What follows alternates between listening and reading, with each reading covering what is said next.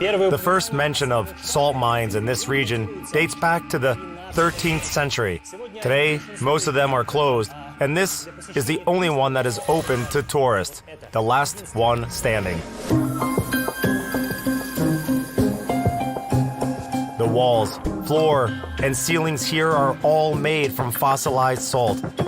But where does it come from, especially in such large quantities?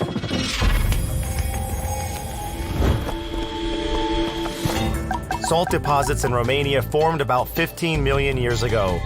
As a result of geological processes, an entire sea was isolated from the ocean and it dried up in the absence of flowing water, confined in gorges.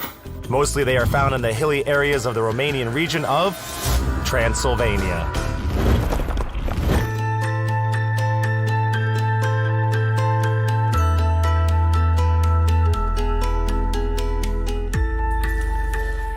These lights were built into the wall for a reason.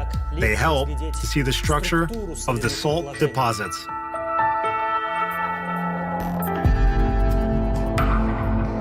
A light patch indicates winters or dry periods. A dark patch indicates summer or a rainy period. Water has been penetrating the ground for millions of years, and it mixed with the mud and salt deposits.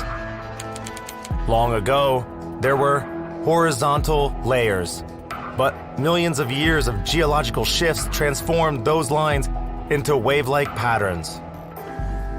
The mines are cone-shaped here. Someone counted that a loud sound will be echoed from the walls 16 times before it reaches the bottom, but I doubt that fact. Fact!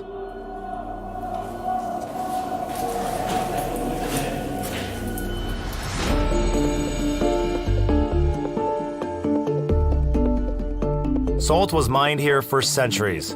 This mechanism is called a pulley, and it was worked by horses. It can be compared to a modern elevator. Have a look. It was mostly made from wood. All steel goes rusty in a mine and deteriorates within a few years.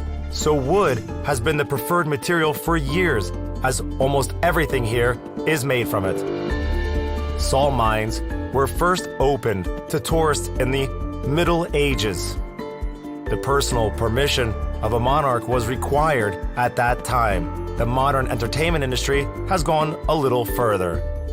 Starting from 1992, this mine was mostly used for treatment purposes, and since 2010, for entertainment. The view from here is quite impressive.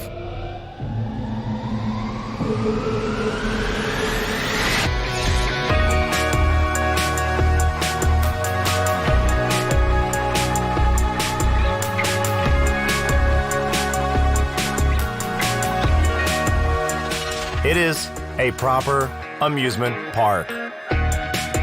Miniature golf, table tennis, billiards, bowling, a Ferris wheel, a little amphitheater, and even a dock for rowboats. And all of this is underground in the depth of the centuries-old salt mine. Of course, figures cannot convey the feeling you experience here. However, for your information, this mine is 50 meters deep. The neighboring mine, named after Maria Teresa, with an underground lake, is 100 meters deep. You could easily fit the Big Ben in there, for example.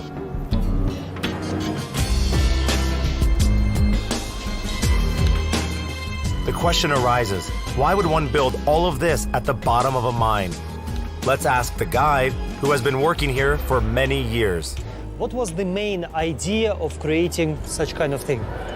People are coming here for treatment, and it's good to have things to do, like playing the mini golf or mini bowling, or also ordinary people, the tourists who are just visiting the salt mine.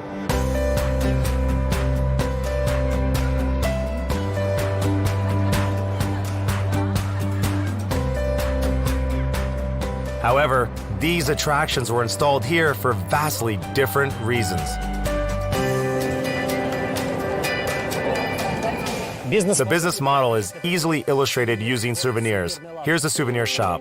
When the souvenirs were situated upstairs, at the entrance they were not particularly popular. As soon as the shop was relocated underground, they started selling like hotcakes. That means the object is not as important as the atmosphere. It's one thing to just go underground or play miniature golf under normal conditions. It's another thing when everything comes together. Two mechanisms are triggered: an activity to indulge in and the unusual place. Our film crew, which has traveled to many places and seen a lot, could not compare this boat tour to any other of their previous experiences.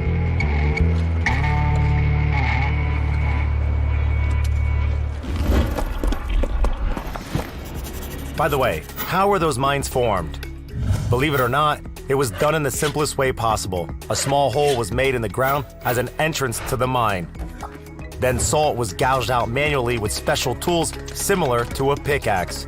On average, the rate of work was 0.5 meter a year underground. So for example, it took 200 years to hollow out the 100-meter Maria Teresa mine.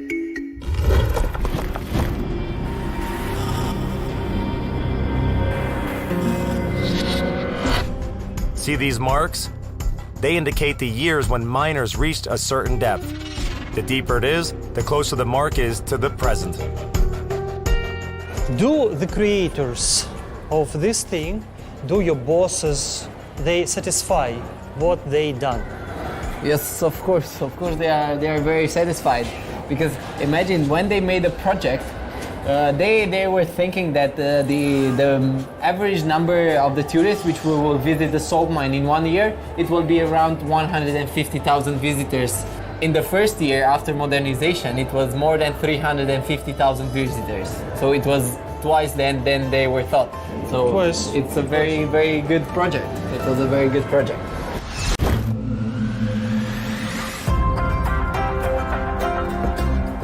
The Praid Salt Mine. It hosts over 100,000 visitors a year. There's only one way to the underground facility: buy a ticket and take the bus.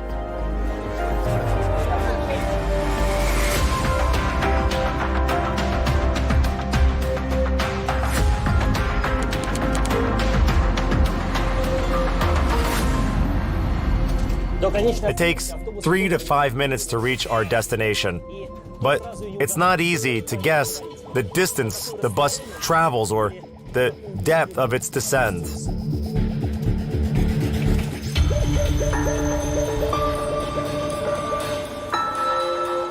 It all started as a research project. In 1960, research was done in this and a number of other salt mines to determine if a stay in a salt mine could be beneficial to one's health. It turned out that it could. And now the salt mine is officially declared an underground clinic by the government. What kind of disease? The diseases of the pulmonary system, like asthma, bronchitis, different allergical problems. So it's about 70% of the people are heating totally, and another 20% they remain at the same stadium.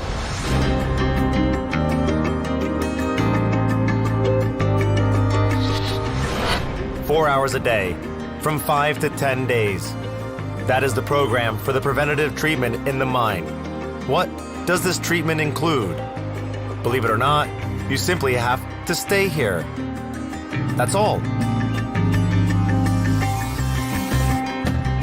In the air there are small salt parts, and it helps in easily breathing, and also increase the immunity system. And if you are moving, you have to use more air, and that's why the benefits is increasing. How do you make someone move more? You can take group classes. They take place twice a day. But it works much better when you allow people to decide for themselves what they want to do.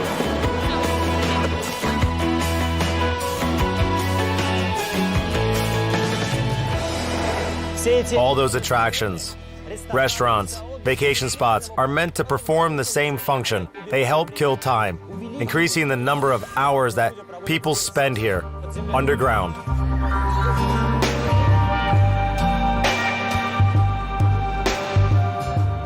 Some people come and just sit here, do nothing. Others prefer to be more active.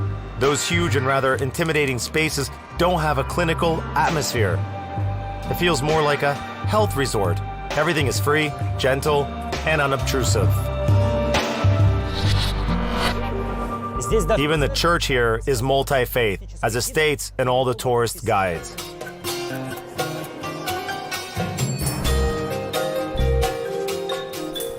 Wooden pews are like those in Catholic churches. The icons are a nod to the Orthodox faith. Symbols of the Lutheran Church are located at the entrance.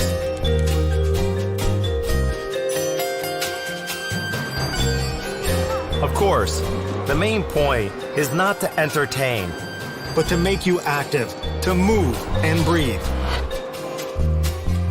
It is most likely the one and only underground adventure park in the world. How could someone resist experiencing this? Okay, I will be going to the yellow zone, the intermediate level. I don't think I would be able to handle the red one.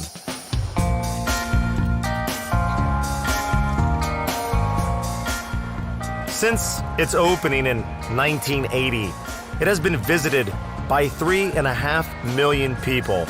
Many visitors come in spring and summer, the high allergy seasons. Even though there are no official statistics, it is noted that there are a lot of repeat visitors.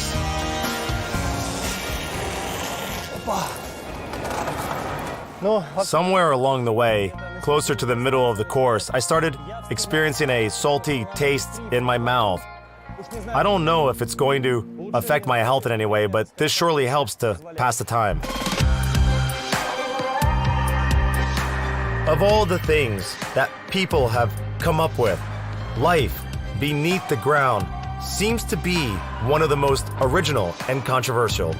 It's no coincidence that normally these were military installations that were located underground, rather than entertainment or vacation spots. That's what makes the combination of the two feel so unusual. You can easily find lots of treatment centers, fashion hotels, and amusement parks on the surface. But underground, they suddenly become unbelievably fascinating, even if you only visit them once.